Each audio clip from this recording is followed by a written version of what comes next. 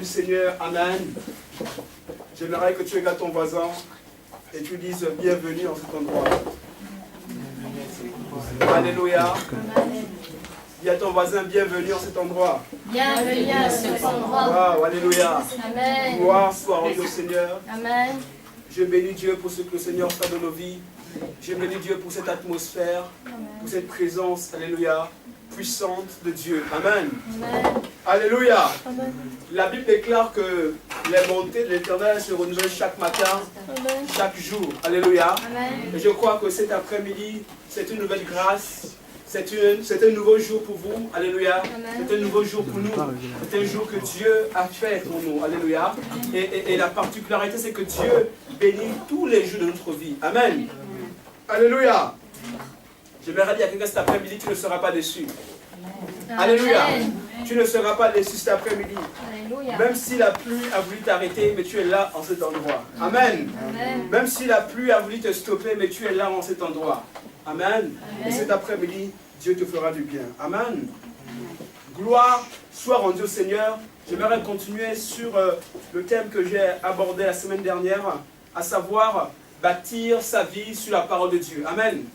La semaine dernière, j'expliquais qu'il était important, si ce n'est capital, de bâtir sa vie sur la parole de Dieu. Amen. Amen. Je disais qu'en tant qu'enfant de Dieu, en tant que chrétien, il faut au préalable bâtir sa vie sur la parole du Seigneur. Et je prenais l'exemple en disant que tout simplement que la longévité d'un édifice est fonction, ou encore dépend, n'est-ce pas, de la profondeur de son soubassement. Alléluia. Amen. Que si vous voyez aujourd'hui des édifices comme des grands immeubles tenir, c'est parce qu'il y a eu de la profondeur. Amen. Et j'essaie de mettre ça dans le cadre de la vie chrétienne en disant tout simplement que ton niveau de croissance, ton niveau de stabilité, ton niveau de foi est fonction de ta capacité en t'enraciner sur la parole de Dieu. Amen. Amen. Amen. Amen. Et nous disons que si vous voyez aujourd'hui beaucoup de chrétiens sont vacillants, beaucoup de chrétiennes sont vacillantes, alléluia, c'est parce qu'ils n'ont pas pris le temps de s'asseoir sur la parole de Dieu. Amen. Et je disais que la parole de Dieu, c'est la nourriture d'un chrétien. Chaque jour que tu fais, chaque jour que Dieu fait autant pour moi, tu dois apprendre à lire ta Bible, tu dois apprendre à méditer la parole de Dieu. Parce que en méditant la parole de Dieu, cela te permet de grandir et devenir un homme ou une femme forte. Amen. Amen. Alléluia. Amen. Gloire soit rendue au Seigneur. Et cet après-midi, je vais aborder le sous-thème connaître la volonté de Dieu. Alléluia. Amen. Connaître la volonté de Dieu. Amen. Amen.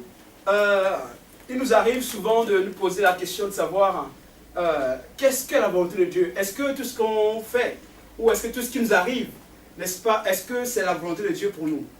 Est-ce que le départ d'une personne, la mort d'un proche, la mort d'une personne qu'on tenait à cœur, n'est-ce pas, est-ce que cela s'assimile à la volonté de Dieu?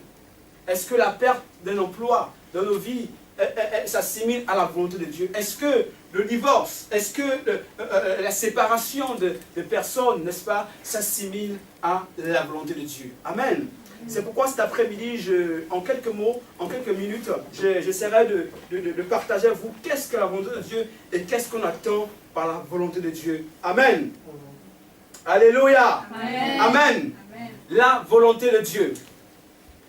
Comprenez que lorsque vous lisez le livre de Genèse chapitre 1, n'est-ce pas? La Bible dit au commencement, Dieu créa le ciel et la terre et tout ce qui s'ensuit. Alléluia. Amen. Et lorsque Dieu crée l'homme, d'accord? Lorsqu'il dit en verset 26 que faisons l'homme à notre image, à notre ressemblance, d'accord? Pour qu'il domine sur tout ce qui se trouve sur la terre. Alléluia. Donc la volonté première de Dieu, lorsque Dieu crée l'homme, c'est pour dominer. Alléluia. Amen.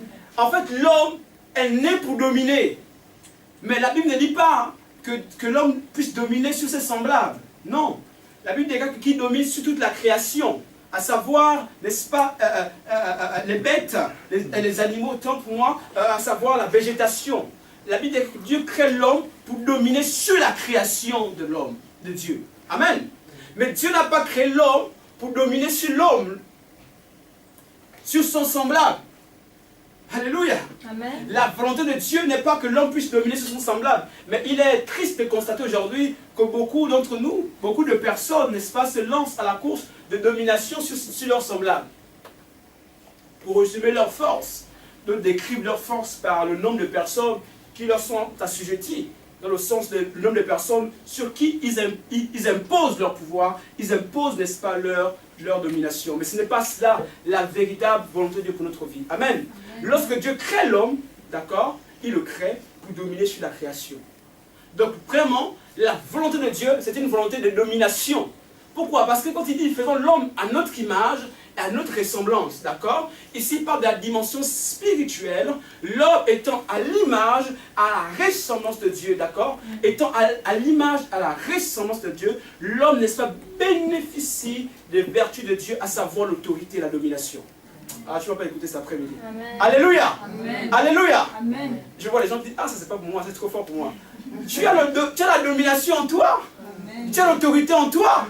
C'est pourquoi Dieu te donne le pouvoir de parler sur les circonstances, en fait. D'accord? Les événements, tu peux parler sur la nature. Amen. Avant d'arriver tout à l'heure, je partageais avec la sœur, alléluia, que avant d'arriver, pendant qu'il pleuvait, je m'apprêtais à sortir de la maison, je commençais à parler à la pluie, j'ai dit, pluie, écoute-moi bien, avant que je ne sorte de cette maison, je te demande, je t'autorise, je t'ordonne à t'arrêter parce qu'il est temps que j'aille célébrer mon Seigneur. Alléluia. Et quand je sortais de la maison, la pluie s'est arrêtée. Amen. Alléluia. Amen. Alléluia. Amen. Alléluia. Ce n'est pas du mensonge, ce n'est pas de la science-fiction.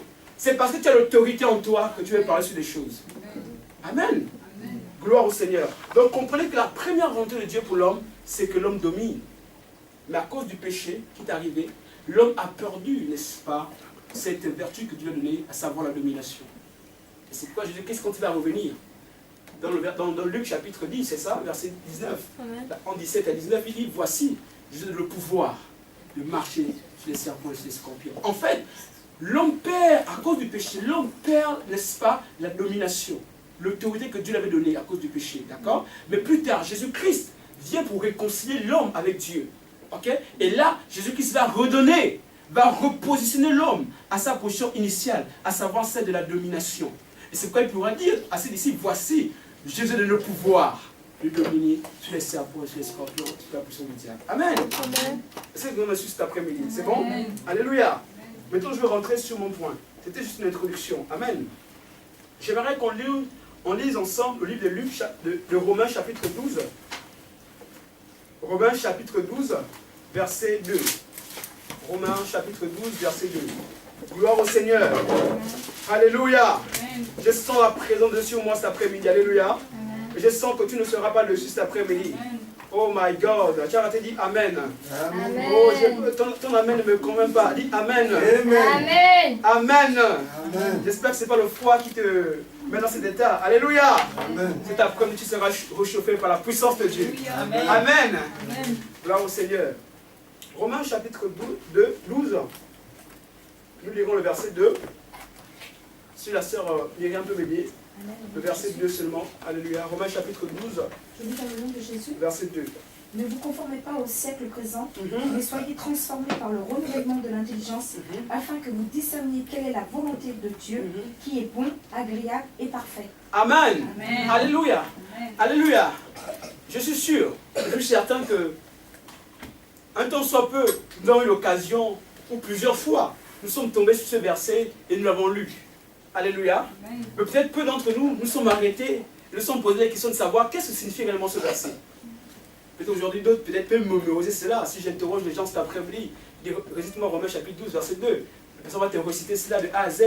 Est-ce qu'on a pris le temps de s'asseoir un peu, de s'arrêter et de se poser des questions de savoir qu'est-ce que signifie, n'est-ce pas, ce passage? Ce passage revêt beaucoup d'enseignements. Ce passage, n'est-ce pas, on peut en tirer beaucoup d'enseignements dans ce passage. Et là, j'aimerais m'accentuer sur juste la volonté de Dieu. Amen.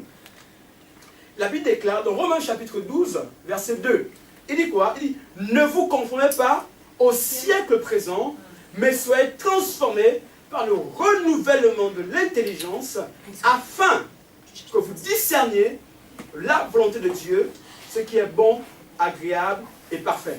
Hein? Ne vous conformez pas au siècle présent, mais soyez transformés par le renouvellement de l'intelligence, afin que vous discerniez. ok? D'accord? Afin que vous discerniez, c'est-à-dire qu'avant de connaître la volonté de Dieu, il faut au préalable que votre intelligence soit renouvelée. Amen. Non, je reprends. Il dit, afin que vous discerniez, n'est-ce pas? Mais soyez transformés par le renouvellement de l'intelligence, afin que vous discerniez quelle est la volonté de Dieu. En d'autres termes, tu ne peux pas comprendre la volonté de Dieu sans au préalable que ton intelligence soit transformée, soit renouvelée. Oh, tu m'as pas suivi cet après-midi. Si ton intelligence n'est pas renouvelée, si ta manière de penser n'est pas transformée, il te sera impossible de connaître la volonté de Dieu. Non, il te sera impossible de comprendre la volonté de Dieu. Alléluia. Amen. Dans la version français courant, il y a dit que ne vous conformez pas aux habitudes du monde. Quand on parle de conformer, c'est-à-dire éventuellement que ça dit tout simplement prendre la forme de quelque chose. Se conformer à quelque chose signifie prendre la forme de. Ok? D'accord? Se conformer signifie prendre la forme de. C'est pourquoi dans le français courant, il dit ne prenez pas les habitudes de ce monde. Donc la première chose que Romains chapitre 12 verset 2 nous dit, que nous en tant que chrétiens, nous en tant qu'enfants de Dieu, il nous est, n'est-ce pas, indispensable de ne point nous conformer, de ne point prendre les habitudes, de ne point prendre la manière de vivre du monde actuel. My God. Alléluia. Il y a quelqu'un qui ne sent que, ah prophète, je sens que tu parles à moi. Alléluia. Alléluia. Comprenez que le monde a un style de pensée, le monde a un style de vie. D'accord? Quand on parle du monde, ce n'est pas forcément un espace géographique en fait. Le monde, c'est un système de pensée, c'est une manière de faire, d'agir. C'est pourquoi on parlera du tiers-monde, ok? On parlera éventuellement du monde de la démocratie de l'Europe, par exemple, qui se résume par le fait que le monde en Europe ici, l'un des principes, hein, c'est la liberté en fait, d'accord? Chacun peut faire ce qu'il veut en fait, d'accord? Aujourd'hui, tu peux décider de te marier avec un animal, c'est le monde de la démocratie, l'Europe, ok? C'est un système de pensée. Quand on parle du monde, on parle d'un système de pensée, une manière de vivre, une manière de faire, une manière d'agir. Alléluia. Amen. Le tiers-monde, n'est-ce pas, a sa manière de vivre, sa manière de penser, sa manière d'agir. Alléluia. Amen. Mais Dieu nous dit, nous qui n'appartenons pas à ce monde, nous qui sommes nés de nouveau, nous qui avons reçu Jésus-Christ comme notre Seigneur et notre Sauveur personnel, il nous est impossible de nous conformer à ce monde. Il nous est impossible de marcher comme ce monde. Il nous est impossible de vivre comme les gens de ce monde. En fait, ce que Paul dit dans Romains chapitre 12, c'est que toi en tant que chrétien, il ne faut pas que tu parles le même langage que les hommes. Oh, il ne faut pas que tu parles le même langage que les hommes. Il ne faut pas que tu penses de la même manière que les hommes. Alléluia. Amen. Ne vous conformez pas. La manière de vivre, de faire, de penser du monde. Il faut qu'il y ait une différence entre toi et les gens de ce monde. Amen. Alléluia. Amen. Dieu nous dit de ne point nous conformer. Dans la version parole de vie, j'aime bien la version parole de vie. La version parole de vie dit ceci: ne suivez pas les coutumes du monde, mais laissez Dieu vous transformer en vous donnant une intelligence nouvelle. Ce n'est pas le prophète Maresca qui dit, c'est la Bible qui dit, ne vous conformez pas, ne suivez pas les coutumes du monde. Les coutumes, comme je dis, c'est une manière de vivre, ok, propre à un peuple. Ça permet d'identifier un peuple, ça permet d'identifier des personnes, d'accord? La Bible déclare que nous, en tant que chrétiens, nous ne devons pas, n'est-ce pas, vivre dans les coutumes du monde actuel. Nous ne devons pas penser comme le monde. Nous ne devons pas prendre pour modèle le monde. Alléluia. Amen. Nous ne devons pas nous identifier au monde. C'est la première condition pour connaître la volonté de Dieu. Si ton système de pensée est conformé au système de pensée de ce monde, si ton système de pensée est similaire au système de pensée de ce monde, il te serait impossible de connaître la volonté de Dieu. Alléluia. Amen. Amen. Est-ce qu'on peut m'aider à couper le chauffage? Alléluia. Amen. Amen. Gloire au Seigneur. Alléluia. Amen. Amen. il faut que ton intelligence soit renouvelée.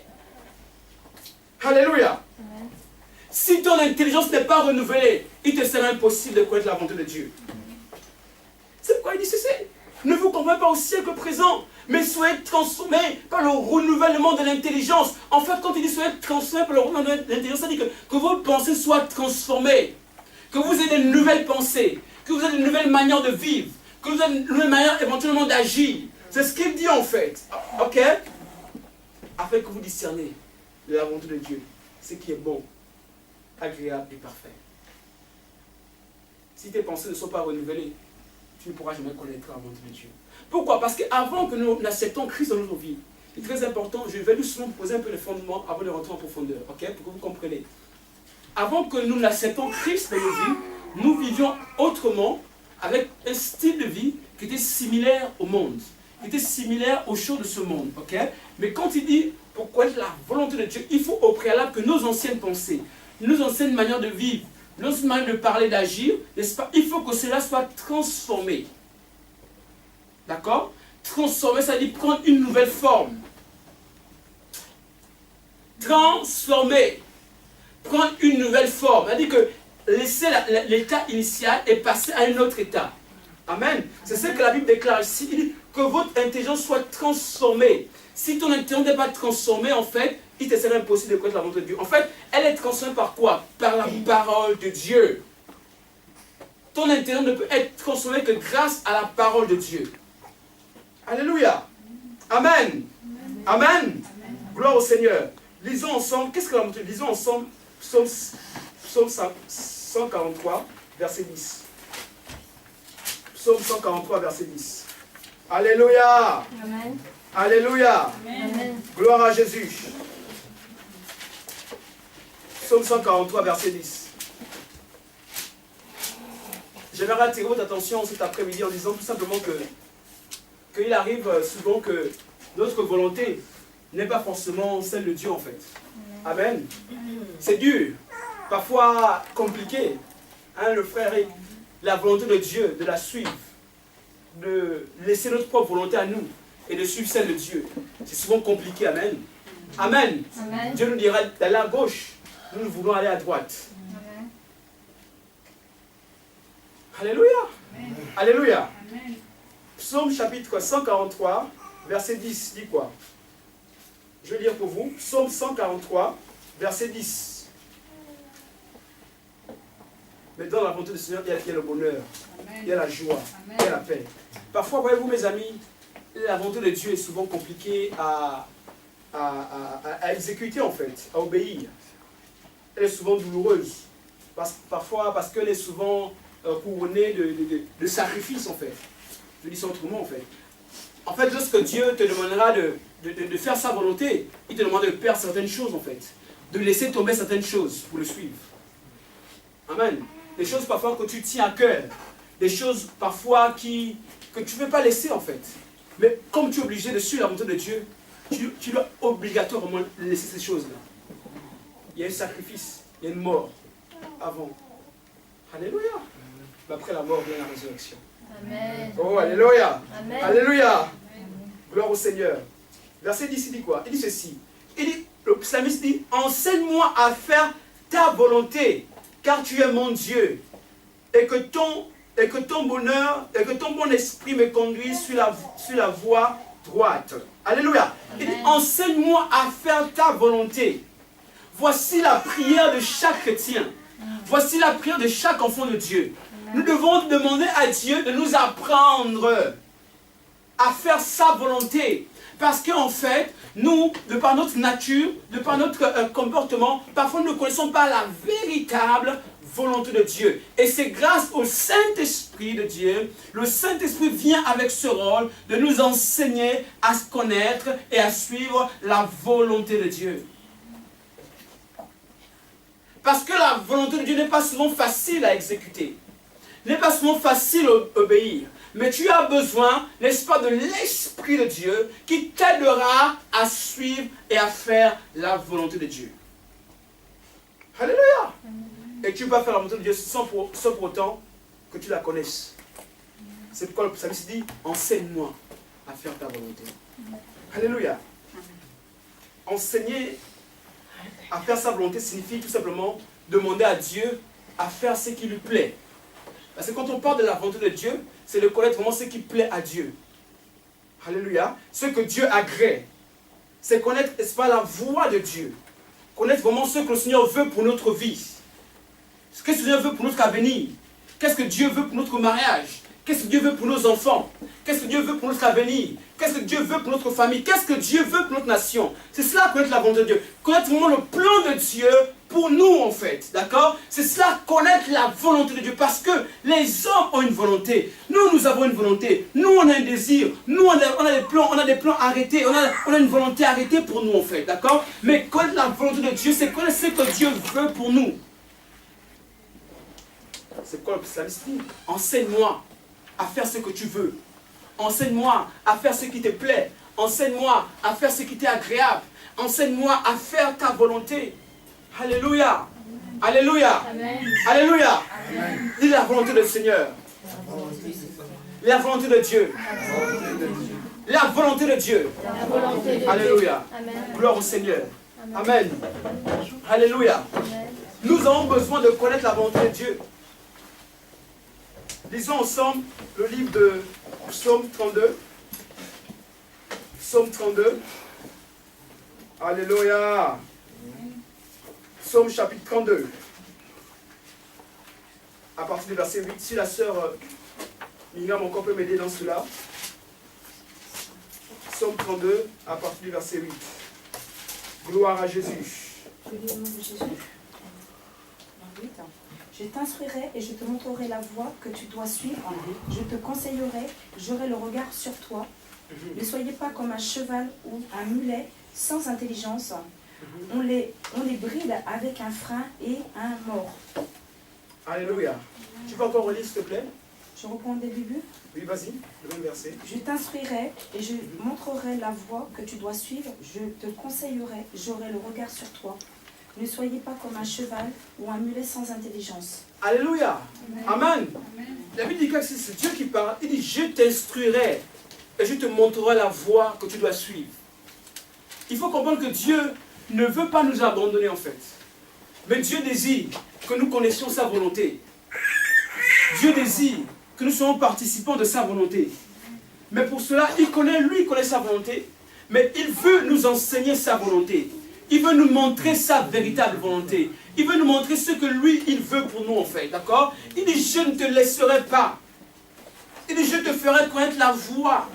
La véritable voie. En gardant mes yeux sur toi. Ça veut dire que Dieu a un désir aussi de nous accorder sa protection.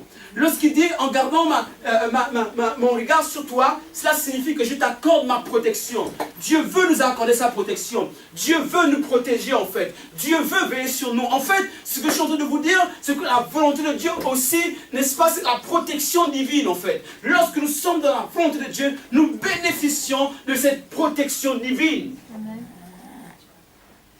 Ça veut dire seulement que Dieu nous garde. Dieu nous préserve. Dieu nous préserve de tout danger. Dieu nous préserve de toute attaque de l'ennemi. Alléluia. C'est cela aussi la volonté de Dieu. Il veut nous montrer sa voie, il veut nous enseigner, mais il veut aussi nous garder, mais il veut aussi nous protéger, mais il veut aussi nous délivrer, mais il veut aussi anéantir tous les plans du diable contre notre vie. Alléluia. Amen. Et si vous êtes là cet après-midi, c'est parce que Dieu a une volonté pour votre vie. Dieu a un désir pour votre vie. Dieu a un désir pour votre avenir. Dieu veut que vous compreniez que son désir aussi, c'est que vous connaissez sa volonté. Et pour connaître sa volonté, il faut au préalable que lui, il vient, il vous enseigne, il vous montre. Mais pour que Dieu vous enseigne, il faut que vous soyez enseignable. Amen. Si tu n'es pas enseignable, il te sera impossible de connaître et de comprendre la volonté de Dieu. Alléluia. Amen. Alléluia. Amen. Ton Amen ne me convainc pas. Alléluia. Amen. Amen. Amen. Gloire au Seigneur. Il faut que tu te rendes enseignable. C'est-à-dire disposé à écouter la parole de Dieu en fait. Disposé à entendre ce que Dieu dit. La volonté de Dieu. Alléluia. Amen. Connaître la volonté de Dieu. Il faut que tu te laisses diriger par le Seigneur. Et là, il t'enseigne. Il te montre. Il te montre. Alléluia. Jérémie 29. Oh, le temps, my God. Jérémie 29, verset 11. Alléluia. Jérémie 29, verset 11. Alléluia, alléluia, alléluia. Est-ce que Dieu te fait du bien cet après-midi? Amen. Si Dieu te fait du bien. Alléluia. Si tu es béni, dis Amen. Amen. Oh, gloire à Jésus, gloire à Jésus. Jérémie chapitre 29, le verset 11. Gloire à Jésus. Merci Saint-Esprit. Répète après moi, Seigneur. Seigneur, Apprends-moi ta volonté. apprends-moi ta volonté. Seigneur, Seigneur, je veux connaître ta volonté. je veux connaître ta volonté. Enseigne-moi ta volonté. Enseigne-moi ta volonté. Alléluia. Alléluia. Acclame Dieu très fort. Amen. Gloire au Seigneur. Gloire au Seigneur. Jérémie chapitre 29, le verset 11. Voilà, si la sœur Myriam, c'est ma lectrice. Que Dieu te bénisse. Alléluia. Je vais au nom de Jésus. Car je connais les projets que j'ai Hein? formés. Hein, il dit quoi? Je connais Ah, il dit je connais. Vas-y. les projets que j'ai formés sur Attends. vous. Il dit, car je connais les projets que j'ai formés sur vous. Oh. Il dit, car moi, je connais les projets. Je connais les plans que j'ai formés pour vous. Il ne dit pas, car je connais les projets que tes parents ont pour toi. Non. Il dit, car je connais les projets que moi, Dieu, moi l'Éternel, moi le Créateur, moi le Maître, n'étant les circonstances, moi le Dieu Tout-Puissant. Il dit, je connais les projets que j'ai pour toi. C'est quoi les projets? Il dit quoi? Le Que suisse? j'ai formés sur vous, dit l'Éternel, projet de paix Projet de paix et non de malheur, et non de malheur. afin de vous donner un avenir de l'espérance. Oh my God, je pensais que tu devais acclamer très fort pour cette parole. Oh, alléluia. Alléluia. La Bible dit que Dieu, il dit, je connais les projets que je formais sur toi. Les projets que j'ai pour toi, ce ne sont pas des projets de malheur, ce sont des projets de vie, de bonheur, alléluia, afin de te donner un avenir plein d'espérance. Je suis en train de te dire cet après-midi, mon ami, c'est que Dieu a une volonté. Et la volonté de Dieu pour ta vie, c'est de t'accorder des projets de paix et de bonheur. Amen. Alléluia, alléluia, alléluia. La volonté de Dieu pour ta vie, c'est d'accorder des projets de paix et de bonheur et non de malheur. La volonté de Dieu pour ta vie, c'est d'accorder un avenir plein d'espérance. En fait, ce que Dieu est en train de dire, c'est que ton avenir est garanti. Amen. Oh my God, my God, my God. Ce que Dieu te dit en fait, c'est que ton avenir est garanti. Ton avenir est entre ses mains. Tu n'as pas besoin de t'inquiéter parce qu'il est au contrôle. Amen. Il est au contrôle de ta destinée. Il est au contrôle de ton foyer. Il est au contrôle dans la vie de tes enfants. Amen. C'est ce que Dieu dit. Il dit à Jérémie, je connais les projets que moi, Dieu, j'ai sur vous, j'ai formé pour vous. Il ne s'agit pas de l'histoire d'une autre personne. Il ne s'agit pas de ton voisin, c'est de toi. Alléluia. Dis voisin. C'est mon histoire. Laisse-moi tranquille. C'est mon histoire. Il s'agit de mes projets. Il s'agit de mes projets. Alléluia. Alléluia. Il s'agit de mes projets. Dis voisin, c'est mon histoire. Laisse-moi tranquille. Dieu a des projets de paix et de bonheur pour ma vie, pour mon mariage, pour mon avenir, pour mes enfants. Au nom de Jésus. Alléluia. Amen. C'est important, mes amis, de confesser ces paroles. Tous les jours de ta vie, apprends à confesser cela. Lorsque tu sors de chez toi, apprends à confesser que Dieu a des projets de paix et de bonheur pour ta vie. Amen. Oh my God. My God. Lorsque tu prends ton bus, apprends à confesser que Dieu a des projets de paix et de bonheur pour ta vie. Amen. Lorsque tu vas à l'école, apprends à confesser que Dieu a des projets de paix et de bonheur pour ta vie. Lorsque tu vois tes amis, apprends à confesser que Dieu a des projets de paix et de bonheur pour ta vie. Le diable n'est pas les bonnes choses. Alléluia. Le diable n'est pas les bonnes choses. Dieu dit que sa volonté, c'est que tu sois dans la paix. Sa volonté, c'est que tu sois dans le bonheur. Sa volonté, c'est que tu sois dans une paix véritable. Il y a des projets de paix. Et aujourd'hui, il est triste de constater que le monde recherche beaucoup. La chose que le monde recherche actuellement, c'est la paix. Et vous remarquerez que aujourd'hui, les nations se battent en fait. D'accord? aujourd'hui, on voit la guerre un peu en Occident, on voit aussi la guerre en Orient, en Israël, etc. Parce qu'il y a un manque de paix. Aujourd'hui, les nations cherchent la paix. Et la véritable paix, c'est Dieu qui la donne. Amen. La véritable paix, c'est Dieu qui la donne. La paix, éventuellement, la paix, ce n'est pas le monde qui donne la paix, mais c'est Dieu qui donne la paix. Alléluia. Amen. Amen. Ce n'est pas le monde qui donne la paix, mais c'est Dieu qui donne la paix. Ce n'est pas éventuellement les choses de ce monde. En fait, la paix, ce que je veux te dire, c'est que la paix ne t'est pas donnée au travers de tes richesses. Aujourd'hui, il y a des hommes qui sont tellement riches, qui ont des comptes bancaires garnis, mais ils n'ont pas la véritable paix. Amen. Oh, tu m'entends pas cet après-midi? Je dis, dans ce monde, il y a des gens dont l'argent coule, comme on dit en fait. L'argent coule, ils ont des biens, ils ont éventuellement de quoi manger, mais ils n'ont pas la véritable paix. Un jour, avant que Michael Jackson décède, on avait interrogé dans une émission, on disait éventuellement quelle est la chose qui nous manque actuellement. En fait, qu'est-ce que vous n'avez pas eu jusqu'aujourd'hui? Il répondra aux journalistes en disant que j'ai connu la célébrité, j'ai connu tout, mais une chose qui manque, c'est la paix. Amen. Et je n'ai pas la paix. Alléluia. Amen. Je suis en train de vous dire que l'argent ne te donnera jamais la paix. Amen. L'argent ne te donnera jamais la paix. Ton travail ne te donnera jamais la paix. L'argent contribuera à ta paix, mais ne te donnera jamais la paix. Amen. Ton mariage ne te donnera jamais la paix. N'est-ce pas? Tes voitures ne te donneront jamais la paix. Amen. Tes amis ne te donneront jamais la paix. Amen. Ta famille ne te donnera jamais la paix. Alléluia. Mais la véritable paix, oh my God, j'ai dit la véritable paix est dans le nom de Jésus de Nazareth. Amen. La véritable paix est dans le nom de Jésus de Nazareth.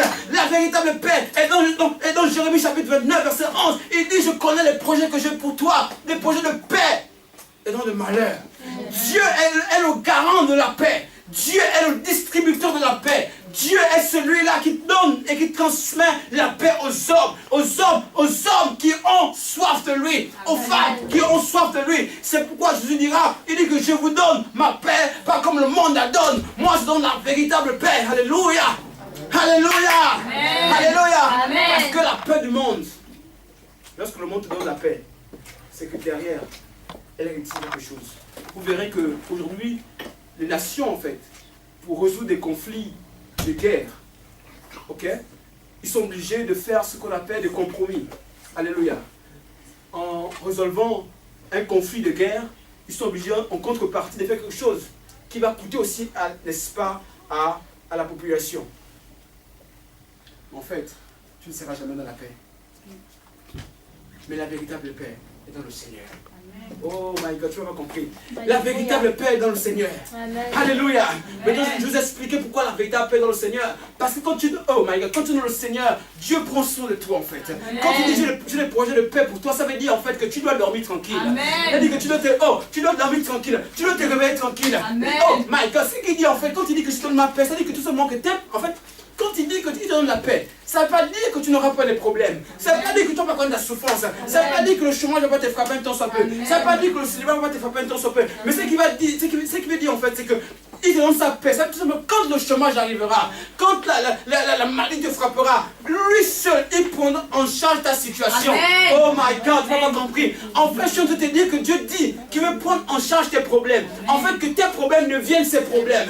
Que ta souffrance devienne sa souffrance. Mais en fait, comme Dieu n'a pas de souffrance, comme Dieu n'a pas de problème, en fait, tu n'auras jamais de problème. Aïe, aïe, aïe, aïe, aïe, aïe, aïe, aïe. Oh my God. Ça veut dire que Dieu prend soin de toi. Amen. Si vous demandez aux enfants de 2 ans, est-ce que tu as un problème? L'enfant te dira, c'est quoi le problème?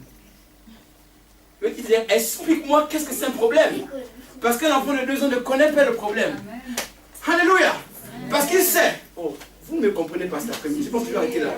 L'enfant de 2 ans sait, et les femmes sont bien placées pour le dire, l'enfant de 2 ans sait que peu importe ce qui arrivera, je me lève le matin à 7 h du matin, j'aurai mon petit déjeuner, à midi j'aurai à manger, amen. Maman va se débrouiller pour m'apporter à manger. Oh my God, oh my God. Amen. Tu ne demanderas jamais à ma fille Chloé si éventuellement elle souffre. Non, elle dit je ne connaissais pas la souffrance, mais je sais que maman va Maman va se débrouiller à m'apporter le sandwich.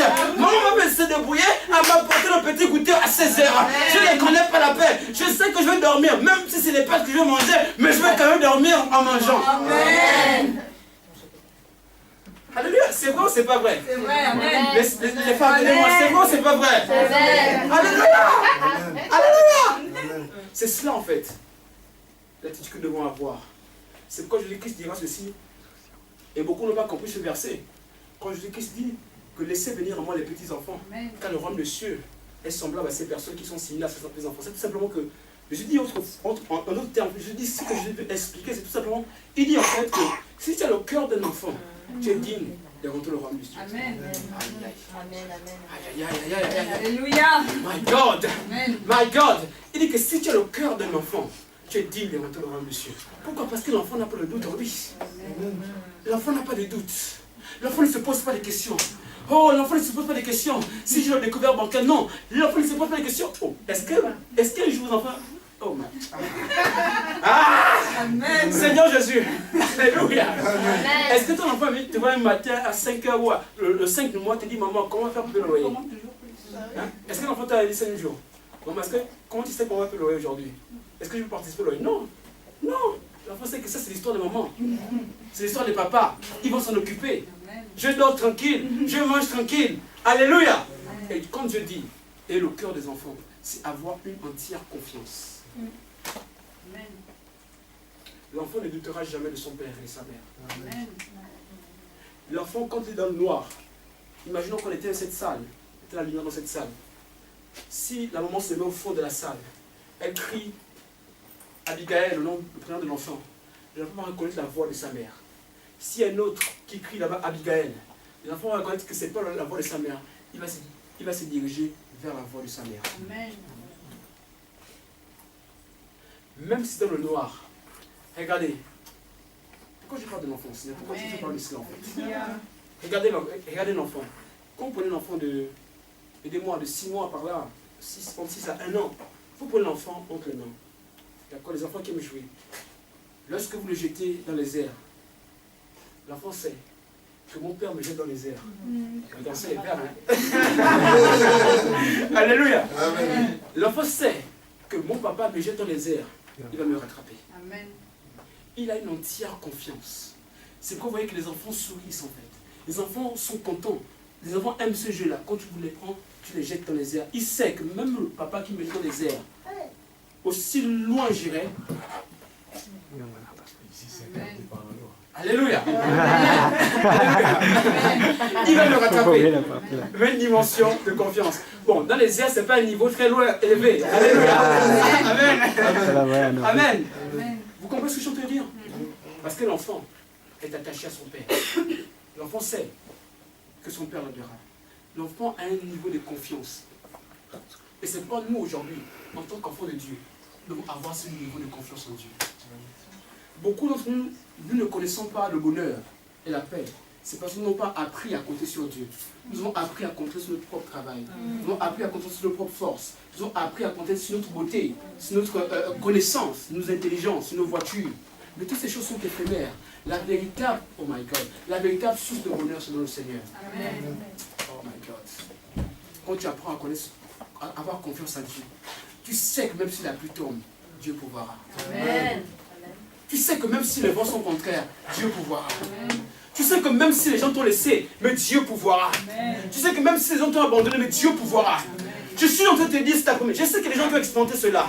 Peut-être d'autres ne comprennent pas, mais quand je ne parle, je sais que d'autres comprennent ce que je suis en train de dire. Que d'autres sont passés, oh my God. Je te dis une chose, si tu n'es jamais passé par le désert, tu ne pourras jamais conduire une personne au désert.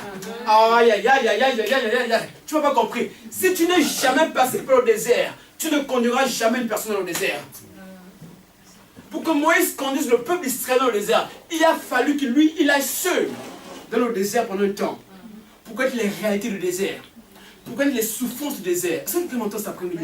Pour connaître les difficultés du désert. Il a fallu que Moïse puisse aller dans le désert seul un temps soit peu. Tu as besoin un temps soit peu d'être seul dans le désert. Et de connaître le chemin du désert. De connaître la soif, la difficulté, les vents contraires dans le désert. Mais quand tu es au désert, ne pleure pas. Parce que le désert, ce n'est pas la mort. C'est une étape de transformation. Amen. Amen. C'est une étape de transformation. C'est une étape où Dieu t'apprend à devenir un homme fort, une femme forte, brave. Parce que demain, tu diras à une personne, oh, j'ai connu le chômage, reste tranquille, j'ai connu la pauvreté, j'ai connu la souffrance, j'ai connu la risée des hommes, j'ai connu l'abandon des hommes, laisse tranquille, laisse-moi te dire, même si aujourd'hui tu es dans la souffrance, il y a un jour, il y a un one day, my God, oh my God, aïe aïe aïe aïe aïe aïe, Bartimée pouvait dire aux gens qui l'entouraient que j'ai connu l'aveuglement, un jour j'étais aveugle, mais oh my God, mais un jour Jésus est passé par le chemin où je me trouvais, il m'a rendu la vue, il y a un one day. Laisse-moi te dire que dans la vie, il y a toujours un one day. Et il y a toujours un one day. Il y a un jour où Dieu se souvient de toi. Il y a un jour où Dieu se souvient de ta situation. Il y a un jour où Dieu se souvient de ta vie. Amen. Il y a un one day. One day. En anglais, on dit one day. Un jour. Et pendant ce jour, Dieu change les circonstances. Amen. Alléluia. Mais apprenez à avoir le cœur d'enfant. Alléluia. Jérémie 29, 11, il dit, je connais les projets que j'ai pour toi. Pas les projets de malheur, mais les projets de bonheur, de paix. Il te donnera un avenir plein d'espérance. Oh my God, j'aime ça. J'aime cette parole. Un avenir plein d'espérance. C'est que ton avenir est assuré. Alléluia. Amen. Alléluia. Oh, le temps, Seigneur Jésus. Le temps me manque. Il me reste 15 minutes, Seigneur. Il faut augmenter le temps. Alléluia. Amen. Jesus. Amen, amen, amen. J'ai tellement à dire, en fait. Comprenez-moi, mes amis, j'ai tellement à dire. Je suis quand même l'introduction de mon message. J'ai tellement à dire. C'est rempli, là. Alléluia. C'est rempli en moi. Amen. Alléluia. Alléluia. J'entends dans mon esprit des vers, prophète. Amen. Alléluia. Amen. Tu veux que je continue? Alléluia. Amen. Alléluia. Est-ce qu'on peut acclamer Dieu très fort? Amen. Comprenez que dans Romains 12, il dit ceci, que vous connaîtrez la volonté de Dieu. Que vous connaissez la volonté de Dieu, c'est qui est bon, agréable et parfait. Il y a la volonté agréable, niveau de bon, un niveau de bon, d'agréable et de parfait. Mais Dieu veut que nous tendons à ce qui est parfait. Parce que Dieu est un Dieu de perfection. Il faut que nous allons à la volonté parfaite de Dieu. Alléluia. Amen. Alléluia. Amen. Et je me suis posé la question de savoir que, est-ce que tout ce qui nous arrive est forcément la volonté de Dieu? Qui s'est posé cette question de savoir? Est-ce que la guerre au Congo est la volonté de Dieu? Est-ce que éventuellement la famine au Burundi est la volonté de Dieu? Est-ce que éventuellement le chômage en France est la volonté de Dieu? Qui s'est posé cette question-là? Est-ce qu'aujourd'hui mon échec était la volonté de Dieu? Est-ce qu'aujourd'hui la maladie qui me fait face est la volonté de Dieu? Est-ce qu'aujourd'hui ma situation compliquée est la volonté de Dieu? Est-ce que cet homme qui m'a laissé est la volonté de Dieu? Est-ce que c'est la volonté de Dieu? C'est des questions que nous posons souvent. Alléluia. Et souvent, c'est difficile d'avoir des réponses. Mais j'essaierai en quelques secondes vous donner quelques exemples de personnes qui ont été étant soit peu dans cette situation et qui ont pu expérimenter ce qu'on appelle la volonté de Dieu. Avant de vous donner ces personnes, j'aimerais juste vous dire une chose très importante, que pour connaître et apprendre la volonté de Dieu, il faut au préalable, il faut noter ça, il faut au préalable apprendre à discipliner vos pensées. Il faut apprendre à discipliner vos pensées. Il faut apprendre à éduquer vos pensées. Il faut apprendre, n'est-ce pas, à maîtriser vos pensées. C'est pourquoi, vous lirez ça chez vous, 2 Corinthiens 10, 5. Donc 2 Corinthiens 10, 5 dit ceci, il dit, nous ramenons toute pensée captive à l'obéissance de Christ. D'accord? Elle dit que tes pensées doivent être ramenées captives à l'obéissance de Jésus-Christ. Dis-moi Amen. Amen. Dis-moi Amen. Amen. Dis-moi Amen. Amen. Alléluia. Amen. Dis-moi Amen. Amen. Tes pensées doivent être ramenées captives à l'obéissance de Christ. C'est-à-dire quand des mauvaises pensées commencent à venir, tu dois éventuellement, my God, changer ton mode de pensée et ramener mauvaises pensées, pensées de vol, pensées de ceci. Je te chasse, je prends les pensées de paix, je prends les pensées de bonté, je prends les pensées d'intégrité en moi. Éduque tes pensées. Éduque tes pensées. Parce que pourquoi? Parce que ce que tu penses se matérialise dans ce que tu fais. Les pensées influencent tes actions. Le péché, j'ouvre une parenthèse. Le péché, ce n'est pas quand une personne prend le couteau et va excusez-moi pour cette image, ça peut choquer les enfants, prend un couteau et va mettre cela dans le ventre d'une personne. Bref, je vais prendre cette image. Le péché, ce n'est pas lorsqu'une personne se lève et qu'elle rentre dans un supermarché, elle se met à prendre la boîte de tomates et met dans sa poche. C'est pas ça le péché. Et on dit, oh, c'est des choses bizarres, hein. Alléluia. C'est pas ça le péché. Ça, c'est ce qu'on appelle la conséquence du péché. Le péché, c'est quand la personne commence à penser. Oh my God. Aïe, aïe, aïe, aïe, aïe. C'est Dieu pour vous. Amen. Le péché, c'est quand tu commences à penser dans ton esprit. Tu dis, je veux aller voler, n'est-ce pas, cette boîte de tomates. C'est quand tu commences à voir cette image dans ton esprit, en fait. D'accord? C'est ça le péché. C'est pourquoi Jésus-Christ dira que celui qui convoite une femme a déjà commis l'adultère avec elle. D'accord? Le péché, c'est dans l'esprit. D'accord? Tu pêches en esprit, en fait. Et après, tu matérialises, n'est-ce pas, ton péché au travers de tes actes. Alléluia! Alléluia! Amen. Alléluia! Alors, si Jésus dit, si Paul dit dans Corinthiens, qu'on ramène toute pensée à l'obéissance de Christ, c'est parce qu'il sait que c'est dans nos pensées que nous arrivons à pécher. Et que si nous ne maîtrisons pas nos pensées, nous ne pourrons pas maîtriser nos actes. Parce que les pensées, précèdent les actes. Okay? En d'autres termes, nos actes sont les conséquences de nos pensées. Ce que tu penses, c'est ce que tu fais. Dans le proverbe, que tel l'homme est, non, tel l'homme pense, tel il est. C'est ça qu'il dit dans le proverbe. Tel l'homme pense et tel il est. Alléluia. Tu n'es que le fruit de tes pensées. Si tu regardes ta vie aujourd'hui, ta vie n'est que le fruit de tes pensées. C'est dur, je sais que c'est difficile, c'est ce que je suis en train de dire. Mais ta vie n'est que le fruit de tes pensées. Si tu penses mal, tu vas agir mal. Si tu penses bien, tu vas agir bien. Si tu penses à des bonnes choses, tu auras des bonnes choses. Mais si tu penses tout le temps à des mauvaises choses, tu auras des mauvaises choses. Si tu penses tout le temps au malheur, tu auras le malheur. Si tu penses tout le temps éventuellement à l'échec, l'échec va t'accompagner, mes amis. C'est une vérité. Excusez-moi de vous le dire, mais c'est la vérité. Alléluia. Amen. Apprends à discipliner tes pensées.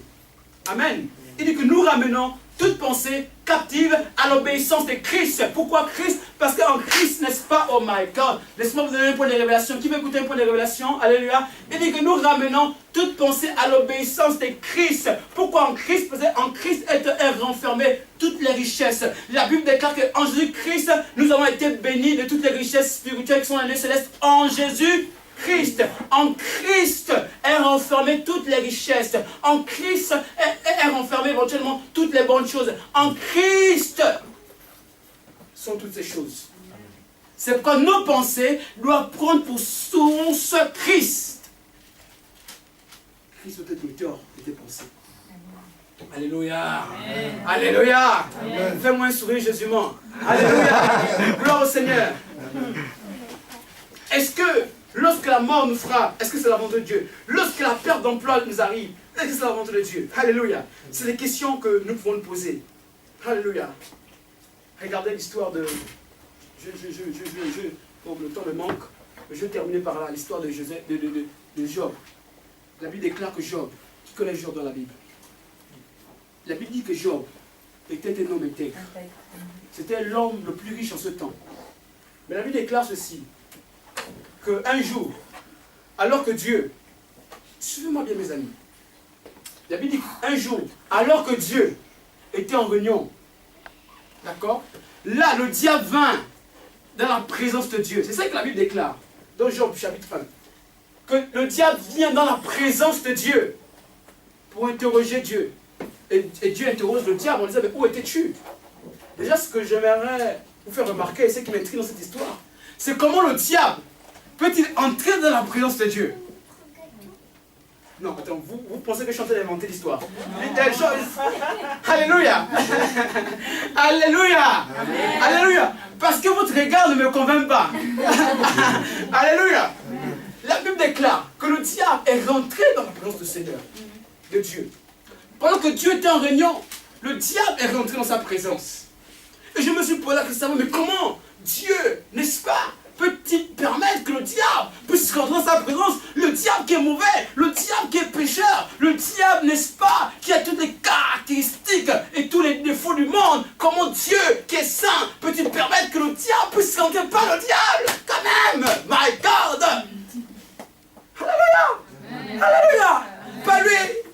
le diable. Une autre personne n'est pas le diable. Alléluia. Mais Dieu m'a enseigné. Dieu m'a dit ceci, qui peut permettre, un temps soit peu, que l'ennemi puisse toucher à ta vie.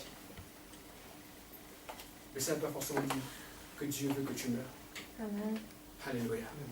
Alléluia. Amen. Alléluia. Amen. Et la Bible déclare dans Job. Je suis dans Job, chapitre 1. Je vais résumer le verset parce que c'est très long le chapitre. Il dit, et Dieu pose la question au diable, mais où étais-tu? Le diable répond tout fièrement. Il dit Dieu. Il dit, moi le diable, j'étais parcouru la terre.